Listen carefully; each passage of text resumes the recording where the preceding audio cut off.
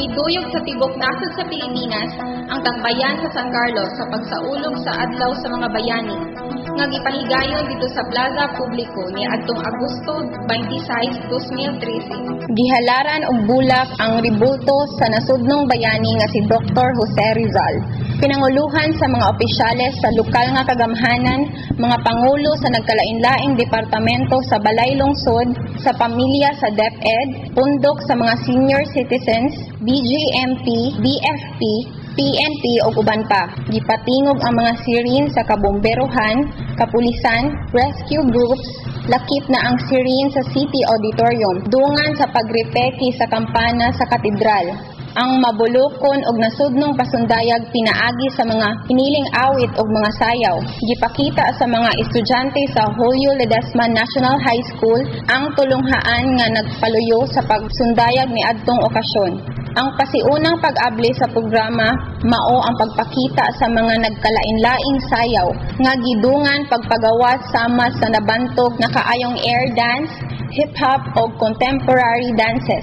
Gipakita usab ang mga sayaw sa unang panahon sama sa bulaklakan, ang baile sa mga bulak nga garland sa isla sa Luzon, swako, ang baile sa pagpangulitaw dito sa isla sa Sulu, sinig-siliw, ang pandango sa ilaw sa probinsya sa Pangasinan, ug ang kadang-kadang, ang duwa nga gipaagi sa sayaw gamit ang mga bagol nga lubi. Gipasundayag usab ang uban nga mga sayaw nga nanahimong inila sa ubang dapit sama sa pang-alayha patong. Ang sayaw ibabaw sa duha ka kawayan nga nagagikan sa mga isla sa Sulu ug Tawi-Tawi. Libad nga gikan sa Kalumpit, Bulacan ug ang Malaginia. Ang sayaw sa mga langgam nga talabon o tulabong nga naugmad ngadto sa usa ka klase sa sayaw gikan sa nasud sa Espanya. Giawit usab ang mga nasudnong mga awit sa piniling mga estudyanteng mga awit o gipakita ang audio-visual presentation sa mga bayani sa bag-ong panahon. Kinsa nakatampo o nakahatag dungog sa nasud, pinaagi sa ilang mga nahimo sa nagkalain-laing natad.